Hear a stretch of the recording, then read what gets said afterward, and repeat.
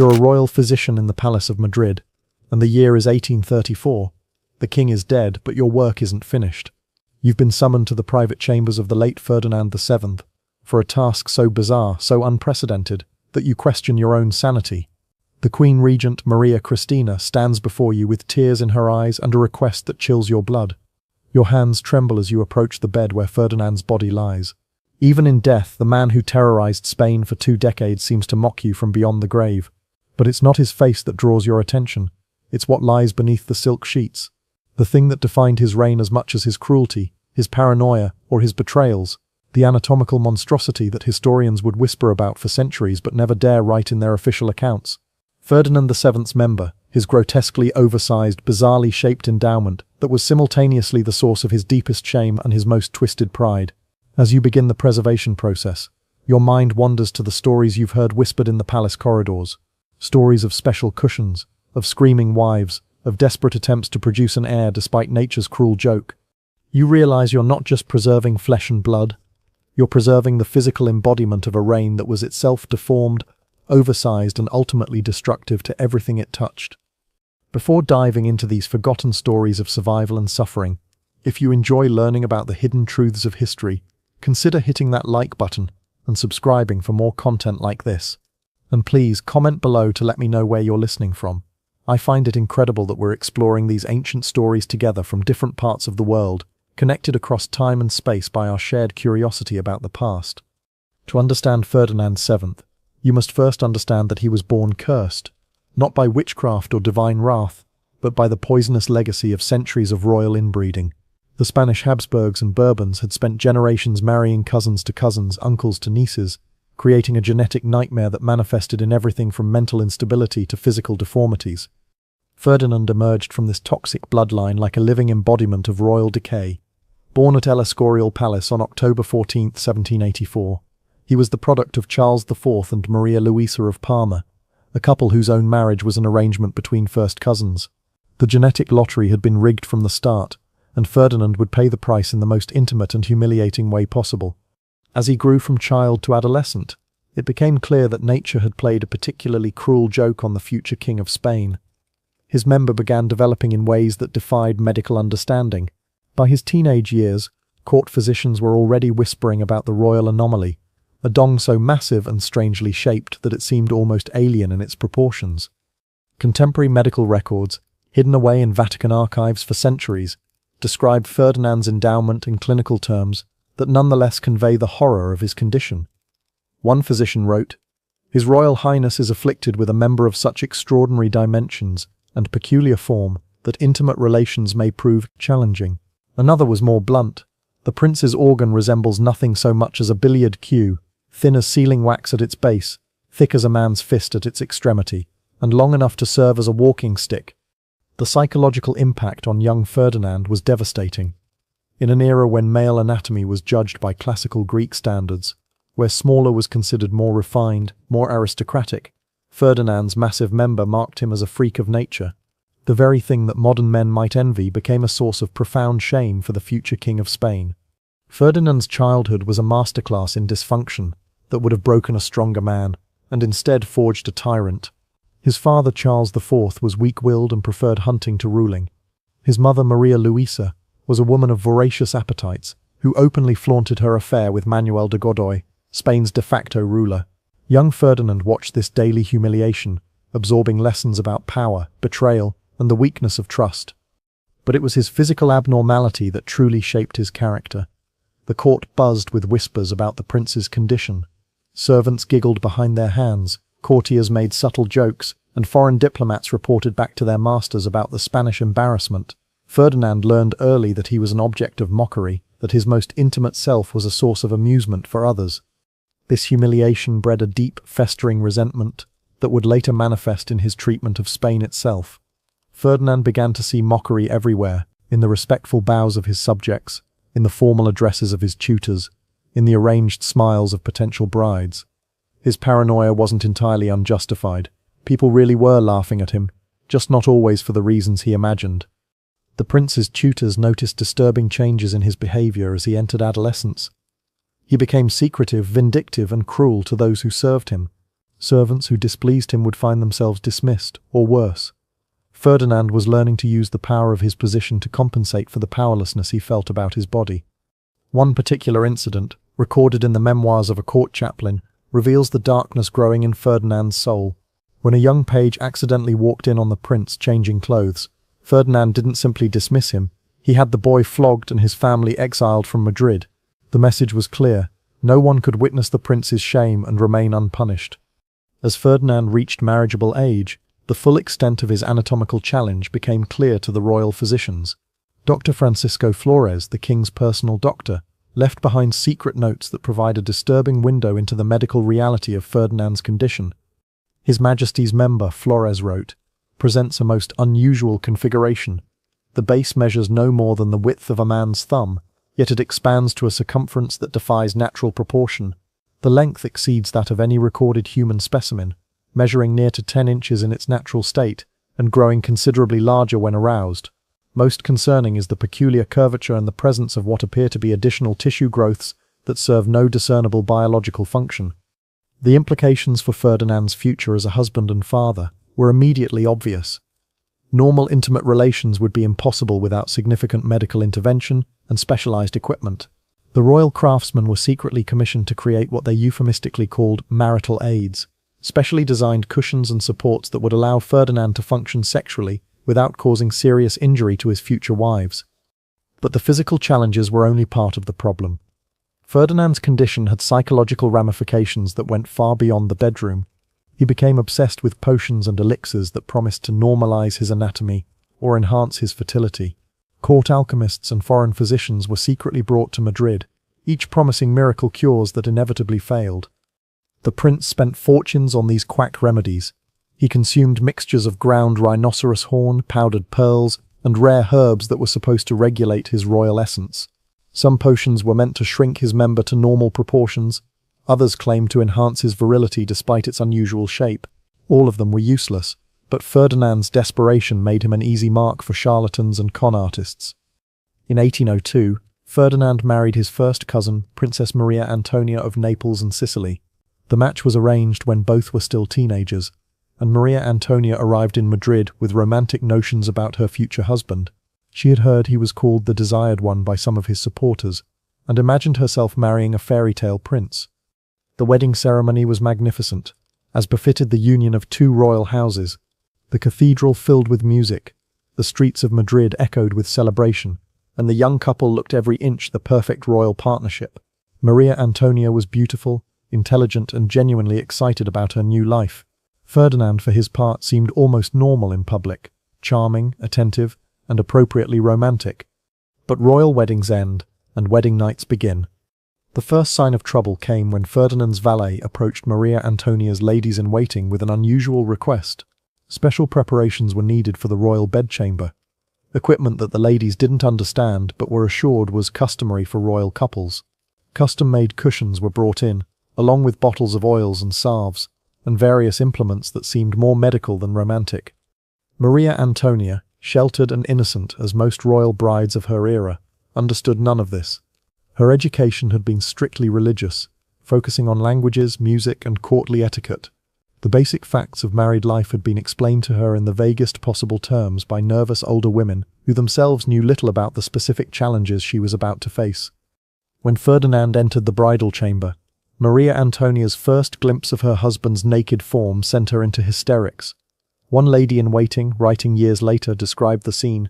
Her Majesty began screaming as though she had seen the devil himself. She backed against the wall, pointing and crying, "Monster, monster," until we feared she had lost her reason entirely.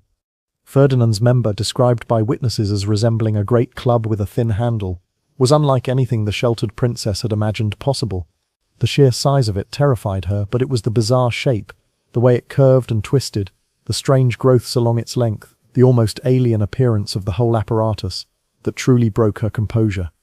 What followed was less a romantic wedding night than a medical procedure. Ferdinand's specially trained physicians had to be called in to explain to the horrified princess what would be required of her. The custom cushions were arranged, the oils applied, and a process began that was more akin to surgery than lovemaking. Contemporary accounts, hidden in private letters between court physicians, describe a scene of almost surreal dysfunction. Ferdinand required the specially designed pillow to support his massive member, preventing it from causing injury to himself during intimate relations. Even with these aids, the process was so traumatic for Maria Antonia that she required laudanum to endure it.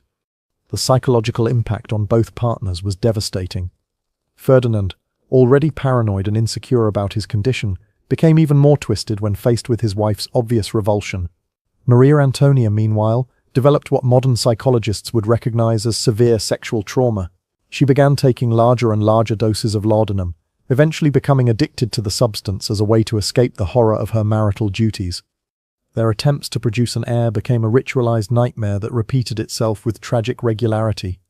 Ferdinand would summon his physicians, who would prepare the chamber with its specialized equipment. Maria Antonia would be dosed with enough laudanum to make her compliant but not catatonic.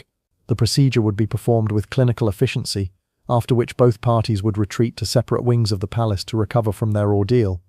As months turned to years without a successful pregnancy, Ferdinand's desperation reached new heights. He became convinced that his wife's obvious disgust was somehow preventing conception, and he began experimenting with increasingly bizarre methods to overcome what he saw as her feminine weakness. Court records reveal that Ferdinand ordered the creation of special restraints that would hold Maria Antonia in position during their intimate encounters, preventing her from pulling away or expressing her revulsion. These leather and silk contraptions were crafted by the same artisans who made the king's saddles and hunting equipment, adding a particularly disturbing dimension to the royal workshops. The king also became obsessed with timing their encounters according to astrological charts and lunar cycles. He consulted with astronomers, astrologers, and even practitioners of darker arts, who promised to align the stars in favor of royal conception. The palace became a haven for charlatans selling fertility potions, magical amulets, and ritual ceremonies that promised to overcome the curse of Ferdinand's deformed anatomy. One particularly desperate episode involved Ferdinand's consultation with a wandering mystic, who claimed to be from the Orient. This supposed wise man convinced the king that his member's unusual shape was actually a sign of divine favor, that he was blessed with the dragon's rod and needed only the proper rituals to unlock its fertility potential. For 3 months, Ferdinand subjected himself and his wife to bizarre ceremonies involving incense, chanting, and positions that were supposedly based on ancient Chinese texts. Twice, miraculously, Maria Antonia did become pregnant. The court rejoiced, Ferdinand's confidence soared, and Spain held its breath waiting for the birth of an heir to the throne. But both pregnancies ended in devastating miscarriages that left the royal couple more traumatized than ever. The first miscarriage, in 1804, occurred in the 4th month of pregnancy. Court physicians attributed it to the unusual stresses placed upon Her Majesty's delicate constitution. What they meant, but could never say openly, was that Ferdinand's anatomical abnormality had made the sexual act so traumatic that Maria Antonia's body couldn't sustain a pregnancy to term. The second miscarriage in 1805 was even more devastating. This time, Maria Antonia carried the child almost to full term, before losing it in a labor so difficult and bloody that it nearly killed her. The Queen never fully recovered from this ordeal, and her addiction to laudanum became so severe that she was essentially a walking ghost for the remaining 2 years of her life. Ferdinand's reaction to these losses revealed the true depths of his selfishness and cruelty. Rather than showing compassion for his wife's suffering, he became convinced that she was deliberately sabotaging their chances of producing an heir.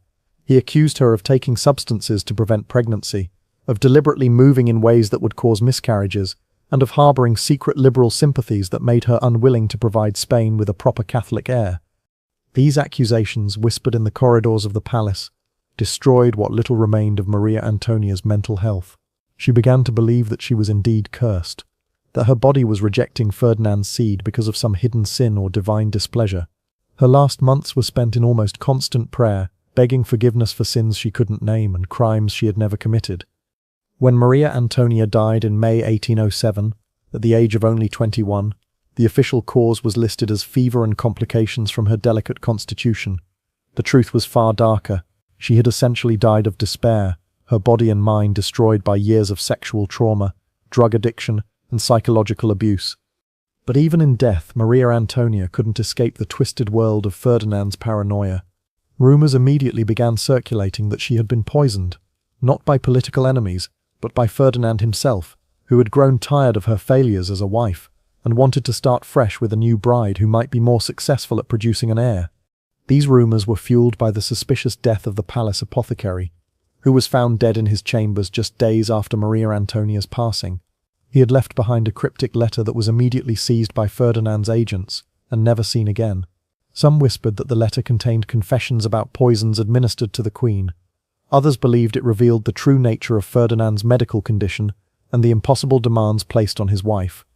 Ferdinand's behavior following Maria Antonia's death was telling. While he made the appropriate public displays of grief, privately he seemed almost relieved. Within weeks he was already making inquiries about potential second wives, focusing particularly on women who had already proven their fertility by bearing children in previous marriages. The king's physicians, meanwhile, were working frantically to develop new treatments for his condition. If Ferdinand was to remarry successfully, they needed to find ways to make intimate relations less traumatic for his future wives. This led to some of the most bizarre medical experiments in royal history, as doctors attempted to create ever more sophisticated marital aids and develop new surgical techniques that might reshape Ferdinand's anatomy. As Ferdinand approached his second marriage, his character was already showing the twisted traits that would later make him one of history's most despised monarchs. The sexual trauma of his first marriage, combined with his deep-seated insecurities about his physical condition, had created a man incapable of genuine human connection or empathy. Ferdinand had learned to see other people not as individuals with their own feelings and needs, but as tools to be used for his pleasure or obstacles to be eliminated. His first wife had been a tool that failed to function properly and had to be discarded. His subjects were tools for maintaining his power and feeding his ego. Anyone who opposed him was an obstacle that needed to be destroyed. The prince's interactions with the palace staff revealed his growing sadism. He began testing the limits of his power by issuing increasingly arbitrary and cruel orders. Servants who accidentally glimpsed his naked form were not just dismissed, but often disappeared entirely. Guards who failed to maintain absolute secrecy about the royal chambers found themselves assigned to the most dangerous frontier postings in Spain's crumbling empire. Ferdinand also developed an obsession with the idea that people were constantly mocking him behind his back. This wasn't entirely paranoid. People really were talking about his condition, but Ferdinand's response was disproportionate and increasingly violent. He began maintaining lists of suspected mockers and planning elaborate revenge scenarios that he would implement once he had the power to do so. By 1807, Ferdinand had become the center of a complex conspiracy involving some of Spain's most powerful nobles and military officers. These men saw the prince as their vehicle for overthrowing the weak government of Charles IV and his despised minister, Manuel de Godoy.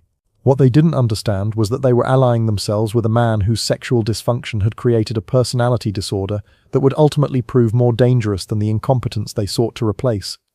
The conspirators called themselves the Fernandinos, and worked tirelessly to build Ferdinand's reputation as El Deseado, the desired one.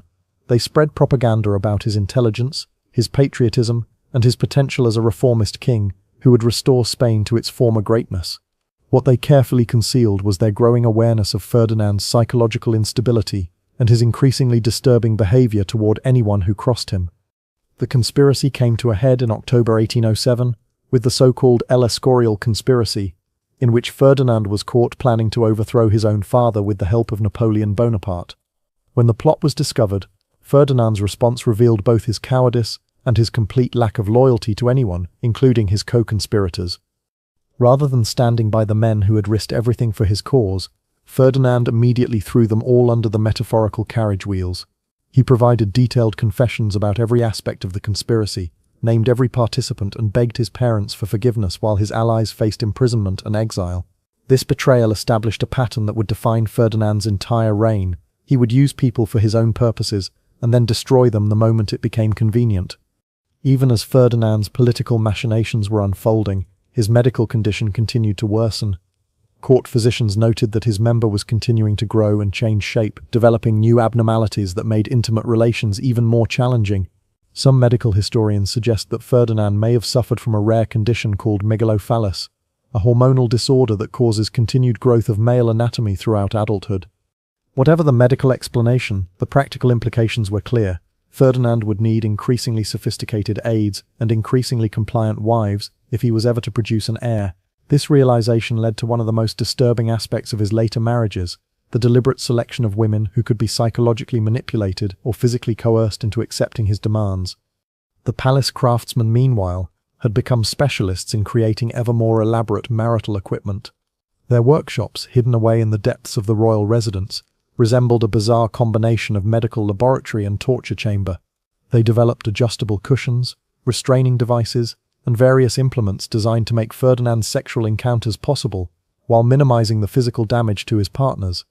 These craftsmen were sworn to absolute secrecy, and Ferdinand made sure their silence was maintained through a combination of generous payments and terrifying threats.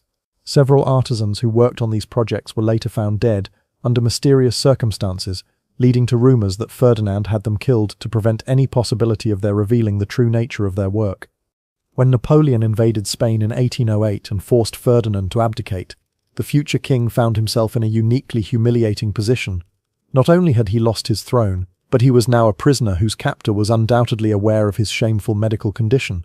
French intelligence had extensive files on the Spanish royal family, and Ferdinand's anatomical abnormality was certainly among the information they had gathered.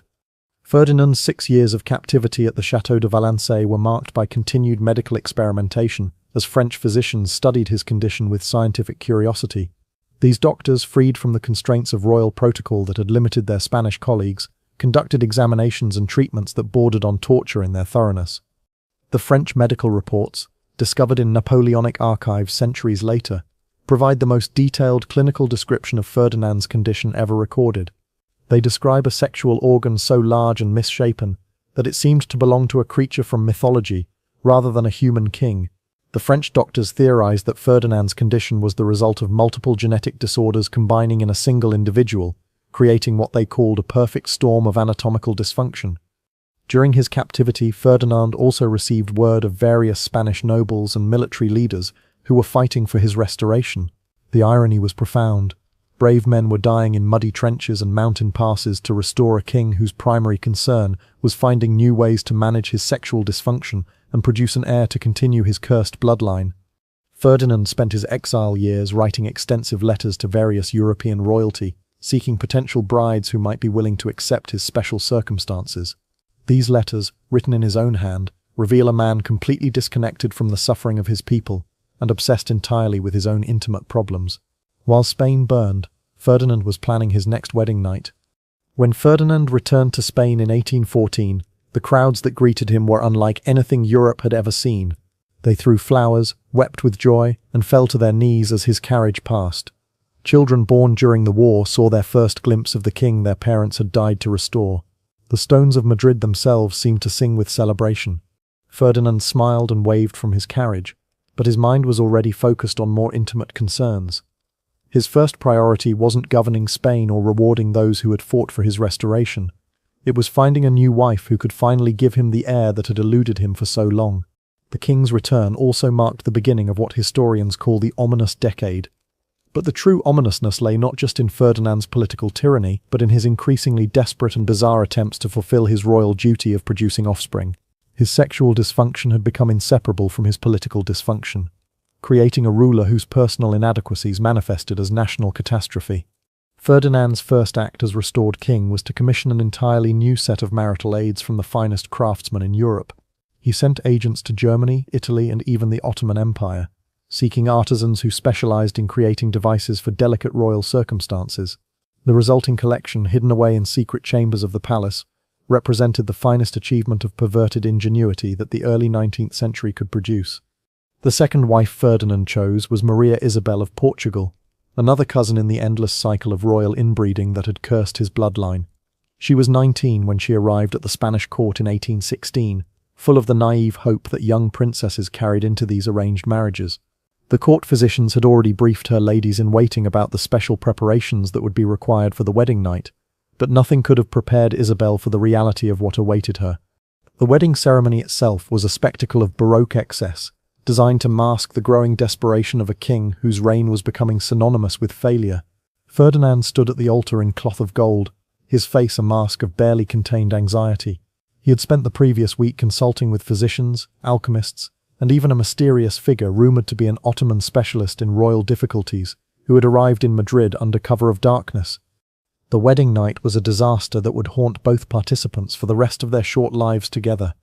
Despite all the preparations, all the devices, all the consultations with experts across Europe, Ferdinand's anatomical monstrosity proved as insurmountable as ever. The screams that echoed through the palace corridors that night were not screams of passion but of genuine terror and pain. Servants found blood-stained sheets and broken furniture, evidence of a coupling that resembled a medieval torture session more than the romantic union of royalty. Isabel never recovered from that first night. Court observers noted that she developed a pronounced stutter and would flinch whenever Ferdinand entered a room. She began experiencing what palace physicians called hysterical episodes, but which modern understanding would recognize as severe trauma responses. Her ladies-in-waiting reported that she often woke screaming from nightmares, calling out warnings about the monster that haunted her dreams. Ferdinand, meanwhile, interpreted his wife's terror as a personal insult to his royal dignity. His paranoia, already legendary, reached new heights as he convinced himself that Isabel was conspiring with foreign powers to mock his condition. He began having her correspondence intercepted, her food tasted for poisons, and her chambers searched for evidence of betrayal. The king's sexual dysfunction had metastasized into a political psychosis that infected every aspect of his rule. The pressure to produce an heir became an obsession that consumed both the royal couple and the Spanish court. Ferdinand commissioned a series of increasingly bizarre medical consultations, bringing together physicians, anatomists, and even circus performers who claimed expertise in unusual anatomical challenges. The royal bedchamber became a laboratory of sexual experimentation that pushed the boundaries of human endurance and dignity. One particularly disturbing account, found in the private diary of a court physician who served during this period, describes Ferdinand's decision to invite foreign experts to observe his attempts at procreation. The king, desperate for solutions, allowed German anatomists and French physicians to witness his intimate failures, turning his marriage bed into a grotesque medical theatre. These observers took detailed notes and made sketches that were later circulated among European medical schools, making Ferdinand's sexual dysfunction a subject of academic study across the continent. Isabel, subjected to this parade of voyeuristic medical consultation, began showing signs of complete psychological collapse. She stopped eating regularly, lost dangerous amounts of weight, and developed a 1,000-yard stare that servants found more frightening than her earlier outbursts. The young queen had become a living ghost, haunting the halls of a palace that had become her prison. The political consequences of Ferdinand's personal failures were becoming impossible to ignore. Spain's American colonies, already in revolt, pointed to their king's inability to produce legitimate heirs as evidence of divine displeasure with Bourbon rule. Revolutionary propaganda depicted Ferdinand as a sexually impotent tyrant, whose physical inadequacies mirrored his political incompetence. The king's most intimate shame had become a rallying cry for independence movements from Mexico to Argentina. Ferdinand's response to these challenges was characteristically paranoid and brutal. He launched a new wave of purges, targeting anyone suspected of spreading rumors about his condition or supporting colonial independence. The Inquisition, which he had restored upon his return to power, began investigating cases of sexual slander against the crown, creating a climate of terror where even private conversations between married couples could result in imprisonment or death. The king's obsession with secrecy reached absurd proportions. He ordered the construction of hidden passages throughout the palace, so that he could move between his chambers and Isabel's without being observed by servants. He had mirrors installed at strategic angles to detect potential eavesdroppers, and employed a network of spies whose sole job was to monitor palace gossip about the royal marriage. Meanwhile, Isabel's health continued to deteriorate under the combined assault of her husband's sexual violence and his psychological terror. Palace physicians noted that she had developed what they called phantom pregnancies, periods where she would exhibit signs of being with child, despite the impossibility of conception. These episodes seemed to provide Ferdinand with brief moments of hope, followed by crushing disappointment when the truth became apparent. The Queen's phantom pregnancies became a source of bitter irony, in a court already drowning in dysfunction. Servants would whisper about how the king would pace outside Isabel's chambers during these episodes, alternately praying and cursing, as if divine intervention might somehow overcome the mechanical impossibility of his situation. When each phantom pregnancy inevitably ended, Ferdinand would sink into black depressions that paralyzed the government for weeks at a time. In 1818, after 2 years of this nightmare marriage, Isabel finally escaped through the only means available to royal women of her era, death. She succumbed to what court physicians diplomatically termed nervous exhaustion, though private letters from palace staff suggest she may have hastened her own end through subtle forms of self-harm. Her final words, according to her confessor, were a prayer of gratitude for her approaching liberation. Ferdinand's reaction to Isabel's death revealed the full extent of his psychological deterioration. Rather than mourning his wife, he became convinced that she had been murdered by enemies seeking to prevent him from producing an heir. He ordered autopsies performed by multiple physicians, searched for evidence of poison, and had several of Isabel's ladies-in-waiting arrested on suspicion of conspiracy. The king's grief was indistinguishable from his paranoia, creating a feedback loop of rage and suspicion that consumed everyone around him. The funeral of Queen Isabel became a macabre spectacle that horrified even Ferdinand's supporters. The king insisted on viewing the body multiple times during the preparation process, touching the corpse and muttering about the wasted potential of her womb. He commissioned a death mask and had it displayed in his private chambers, where visitors reported seeing him conducting conversations with the lifeless face of his deceased wife. But Ferdinand's quest for an heir could not be delayed by grief or madness. Within months of Isabel's burial, his advisors were already negotiating for a third wife. The challenge now was finding a European princess willing to marry a king whose previous wives had met such grim fates and whose personal peculiarities were becoming legendary across the continent. The negotiations proved more difficult than expected. Several potential brides withdrew their candidacies after private consultations with physicians who had served at the Spanish court. Others demanded unprecedented concessions, including the right to separate chambers and the presence of their own personal guards. Ferdinand's sexual dysfunction had become a diplomatic liability that threatened to isolate Spain from potential allies. Eventually, the king's agents found Maria Josepha Amalia of Saxony, a Saxon princess whose family's desperate financial situation made them willing to overlook Ferdinand's notorious reputation. Maria Josepha was 24 when she arrived in Madrid in 1819, older and more worldly than Isabel had been, but she carried the same doomed hope that had characterized her predecessor's arrival. The third wedding was a more subdued affair, reflecting both Ferdinand's advancing age and the court's exhaustion with royal matrimonial disasters. There were fewer foreign dignitaries, less elaborate celebrations, and a palpable sense that everyone was merely going through the motions of a ritual that had already failed twice before. Maria Josepha had been better prepared for her ordeal than Isabel, having received detailed briefings from Saxon physicians who had consulted with their Spanish counterparts. She brought her own collection of medical devices and preparations, along with a personal physician who specialized in difficult marital situations. Her approach to the marriage was more clinical than romantic, treating her royal duties as a medical challenge to be solved through scientific methodology. This practical approach served her better than Isabel's romantic naivety, but it could not overcome the fundamental impossibility of Ferdinand's condition. The third marriage settled into a pattern of scheduled attempts at intimacy, carefully planned and medically supervised encounters that resembled surgical procedures more than expressions of marital affection. Maria Josepha kept detailed records of these sessions, noting times, techniques, and outcomes with the precision of a research scientist. The Queen's clinical detachment seemed to frustrate Ferdinand even more than Isabel's terror had. He began to suspect that Maria Josepha viewed him as a medical curiosity rather than a husband, and his paranoia expanded to include fears that she was secretly documenting his condition for foreign intelligence services. The king's spies reported that the Queen maintained extensive correspondence with Saxon court physicians, sharing what Ferdinand believed were state secrets about his anatomy. Meanwhile, Spain continued its collapse under the weight of Ferdinand's misrule. The American colonies had achieved independence one by one, taking with them the wealth that had sustained the Spanish Empire for 3 centuries.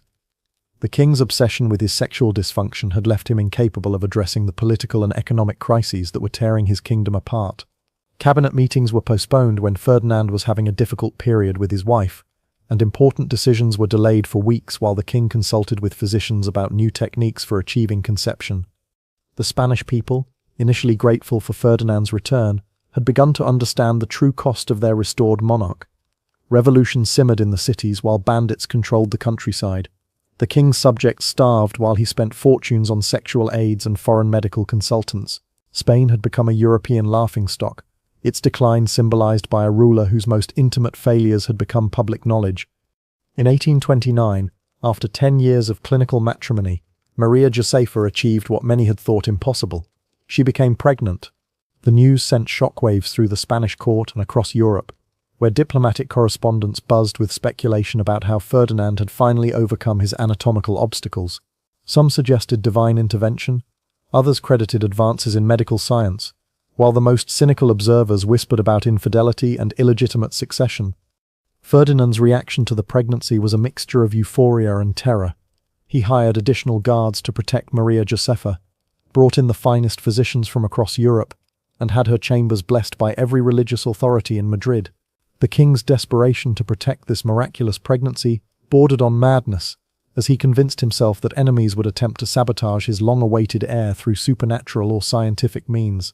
The pregnancy progressed normally until the 7th month, when Maria Josepha began experiencing complications that palace physicians struggled to understand. Modern medical knowledge suggests she was suffering from placental abruption, a condition that could have been managed with proper care. However, Ferdinand's interference with her medical treatment, his insistence on consulting mystics and alchemists alongside trained physicians, created a chaotic environment that made effective intervention impossible. On May 18, 1829, Maria Josepha went into premature labor. The delivery was a horror that traumatized everyone present, as Ferdinand insisted on personally supervising the proceedings, despite having no medical knowledge whatsoever. The baby, a daughter, lived for only a few hours before succumbing to the complications of premature birth. Maria Josepha survived the delivery but never recovered her strength, dying 3 weeks later from what physicians termed childbed fever, but which was more likely a combination of infection and despair.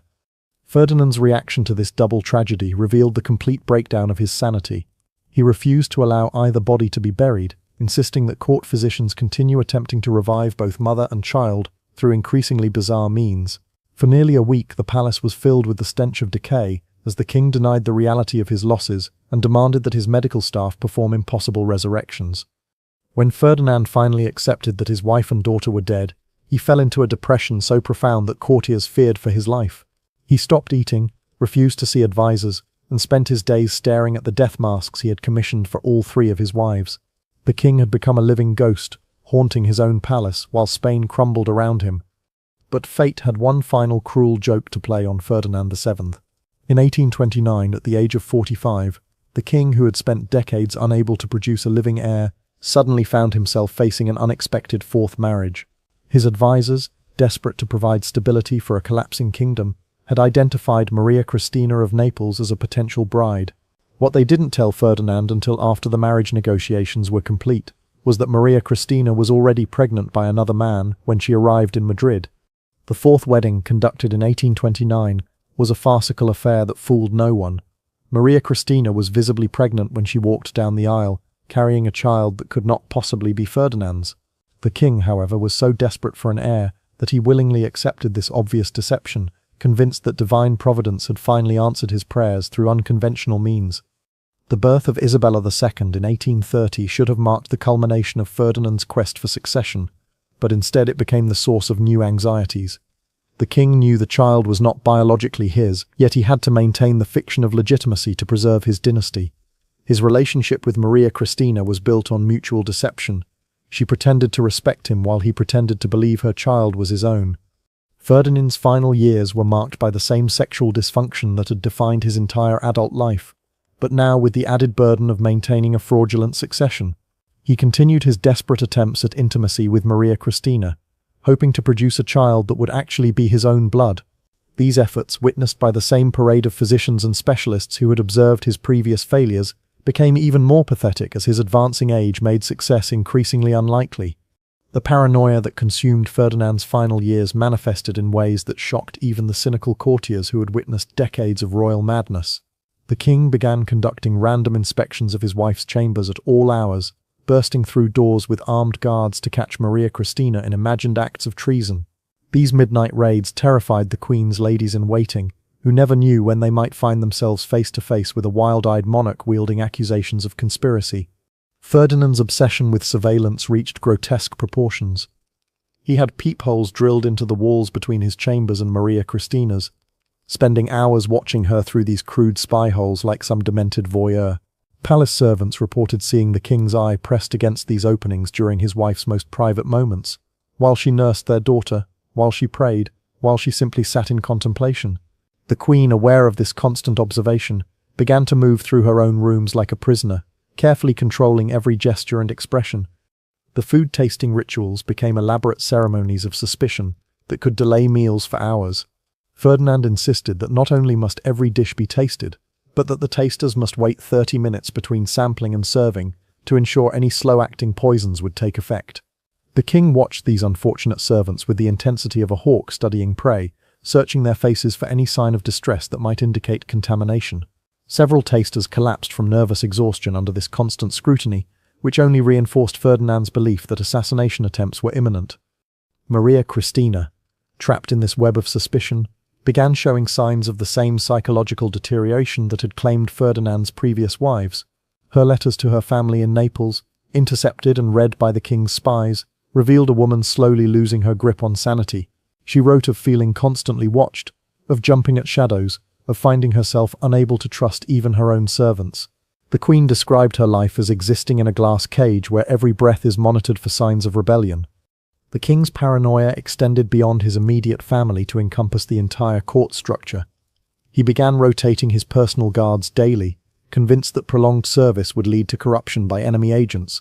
Cabinet ministers found themselves subjected to loyalty tests that bordered on the absurd. Ferdinand would make contradictory statements in private meetings to see if ministers would correct him, interpreting any contradiction as evidence of treasonous intentions.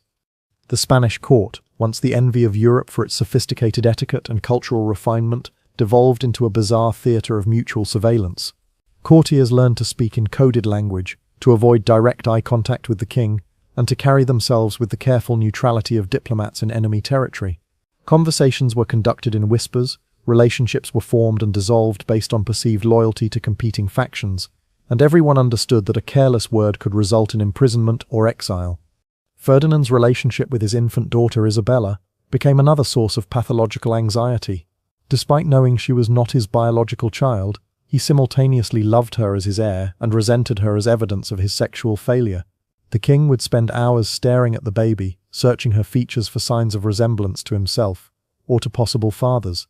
He commissioned artists to create detailed portraits of Isabella at various stages of infancy, comparing these images to paintings of himself and Maria Cristina's previous lovers.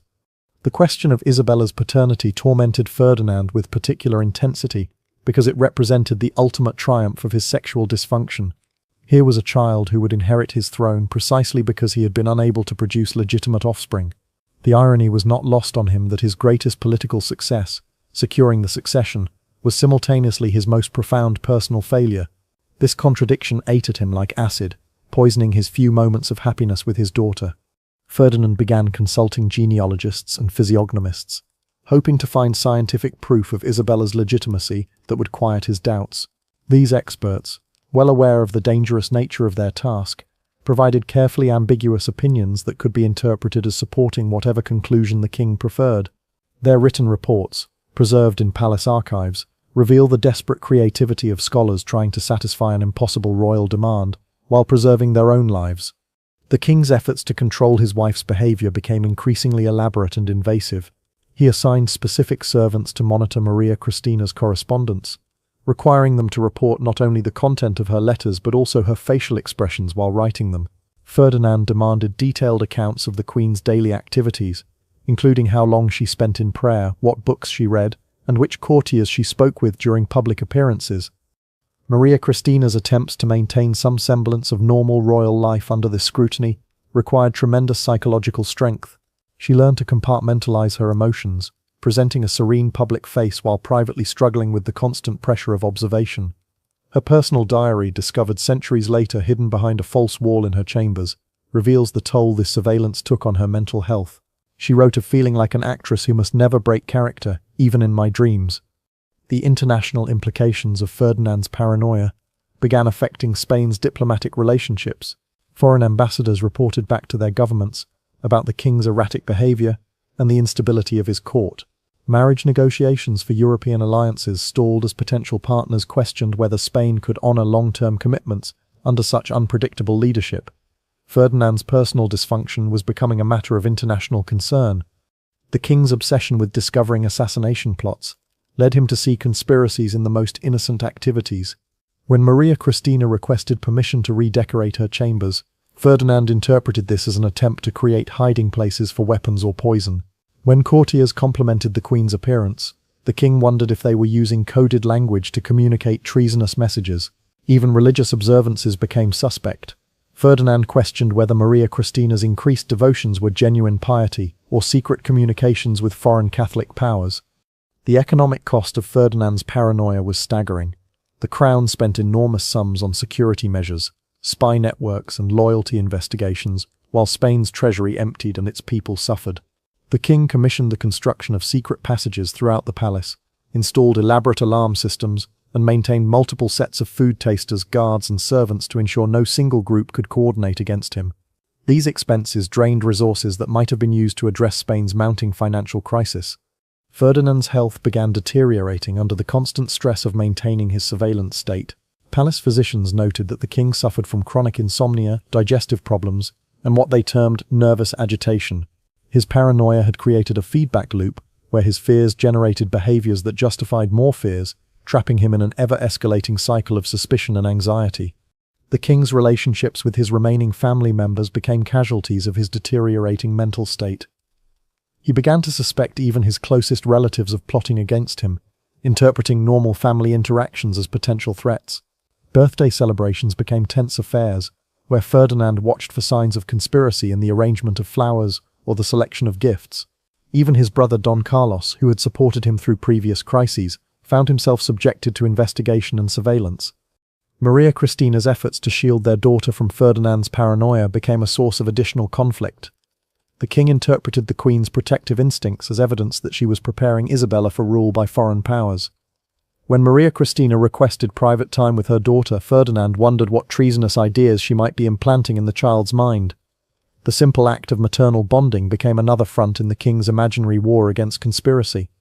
The servants who worked most closely with the royal family found themselves in impossible positions.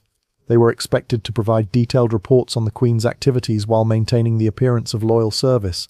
Many developed nervous conditions under this pressure, creating a staff turnover rate that further destabilized the court. New servants, unfamiliar with the complex loyalties and expectations of their positions, often inadvertently triggered Ferdinand's suspicions through innocent mistakes. Ferdinand's attempts to discover the true identity of Isabella's father became increasingly desperate and invasive. He had investigators compile detailed dossiers on every man who had interacted with Maria Christina during her time in Naples, searching for physical characteristics that might match his daughter's features. These investigations extended to examining the medical records of potential fathers, their family histories, and even their personal correspondence from years before Isabella's conception. The king's bedroom became a museum of his sexual failures, filled with portraits of his dead wives, medical devices that had failed to solve his anatomical problems, and religious relics he hoped might provide divine intervention for his dysfunction. Visitors to these private chambers reported an atmosphere of desperate sadness that seemed to cling to the walls like incense. Ferdinand would conduct audiences from this space, surrounded by reminders of his most intimate failures while discussing matters of state. The psychological pressure on Maria Christina intensified as Ferdinand's behavior became more erratic. The queen began experiencing physical symptoms of stress, hair loss, weight fluctuation, and tremors that she struggled to hide during public appearances. Her ladies-in-waiting noted that she had developed nervous habits like constantly checking over her shoulder and startling at unexpected sounds. Ferdinand's paranoia reached its bizarre culmination in 1832, when he became convinced that Maria Christina was attempting to poison him through intimate contact. The king began demanding that his wife submit to medical examinations before any physical interaction, searching for evidence of toxins that might be transmitted through skin contact. These examinations, conducted by court physicians in Ferdinand's presence, represented the final degradation of whatever remained of their marital relationship. The international community watched Spain's descent into madness with a mixture of fascination and horror. Diplomatic correspondence from this period reveals that European powers were actively planning for the eventual collapse of Ferdinand's government, recognizing that the king's personal dysfunction made stable rule impossible. Some nations began secretly supporting regional independence movements within Spain, calculating that the fragmentation of the Spanish Empire would be preferable to its continued rule by an unstable monarch. As 1833 dawned, Ferdinand's physical health finally began reflecting the psychological damage of his paranoid reign. Court physicians noted that the king had developed a persistent tremor, chronic digestive problems, and what appeared to be early signs of cognitive decline.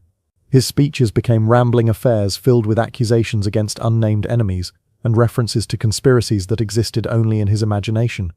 The end, when it came, was almost anticlimactic after decades of dramatic dysfunction.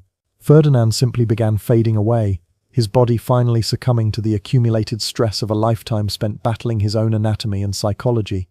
In his final days, he drifted between consciousness and delirium, sometimes calling out to his dead wives, and sometimes issuing orders for investigations of plots that had never existed. In 1833, Ferdinand VII finally achieved the peace that had eluded him in life, through the simple expedient of death. The official cause was listed as gout, but palace physicians privately acknowledged that the king had essentially died of exhaustion, physical, psychological, and spiritual exhaustion brought on by decades of sexual frustration and political paranoia. The autopsy of Ferdinand VII, conducted in secret by the same physicians who had spent years trying to solve his anatomical puzzles, revealed the full extent of nature's cruel joke. The king's member, preserved for medical study, measured an astounding 14 inches in length and varied dramatically in girth from base to tip, exactly as contemporary descriptions had suggested. More disturbing was the discovery of internal scarring and deformity that made normal sexual function essentially impossible, explaining decades of failure and frustration. But the autopsy also revealed something else. Evidence of deliberate self-harm dating back to Ferdinand's teenage years. The king had apparently spent decades attempting various forms of self-surgery, trying to modify his anatomy to make normal intimacy possible. These pathetic attempts at self-correction, conducted in secret with whatever tools he could acquire, had only made his condition worse while adding layers of psychological trauma to his physical abnormalities. The preserved organ, along with detailed medical drawings and written observations, was sealed in the Vatican archives where it remains to this day. Church officials deemed the material too disturbing and too politically sensitive for public knowledge, creating one of history's most bizarre state secrets. Scholars who have been granted access to these materials describe them as simultaneously fascinating and deeply unsettling, a window into the private hell of absolute power corrupted by anatomical fate. Ferdinand's death marked the end of an era, but his legacy lived on in the fractured Spain he left behind. Isabella II, the daughter who may or may not have been his biological child, inherited a kingdom torn apart by civil war, economic collapse, and international humiliation. The Spanish Empire that had once dominated the world was reduced to a minor European power, its decline accelerated by decades of misrule, by a king whose personal obsessions had taken precedence over public duty. The story of Ferdinand VII serves as a reminder that power without wisdom is dangerous, but power combined with personal dysfunction can be catastrophic. His reign demonstrated how individual psychological damage can metastasize into national trauma, how private shame can become public disaster, and how the most intimate human failures can echo through history with consequences far beyond their original scope. Perhaps most tragically, Ferdinand's story reveals the human cost of absolute monarchy, where the personal problems of one man could determine the fate of millions. His 3 dead wives, his questionable daughter, his terrorized subjects, and his ruined kingdom all paid the price for a genetic lottery that went wrong centuries before any of them were born. Ferdinand was both perpetrator and victim of a system that concentrated too much power in the hands of individuals who were fundamentally unprepared to wield it. As that royal physician in 1834 completed his grim task of preserving Ferdinand's anatomical legacy, he must have reflected on the terrible irony of his situation. Here was the physical evidence of a reign that had consumed everything it touched: wives, children, subjects, and ultimately the king himself. The preserved organ was more than a medical curiosity. It was a monument to the destructive power of shame, the corruption of unchecked authority, and the tragic waste of human potential. In the end, Ferdinand VII achieved a kind of immortality, but not the kind he had sought. His name lived on not as a great king or successful ruler, but as a cautionary tale about the dangers of allowing personal dysfunction to masquerade as political power. His anatomical legacy, hidden away in Vatican vaults, serves as a reminder that some secrets are too disturbing for history to acknowledge, too human for legend to embrace, and too tragic for time to heal. The silk sheets that had once covered his deformed body now covered a kingdom equally damaged, equally unable to function as nature intended. Ferdinand VII had finally found peace, but he had left behind a Spain that would struggle for generations to recover from the intimate disasters of his troubled reign.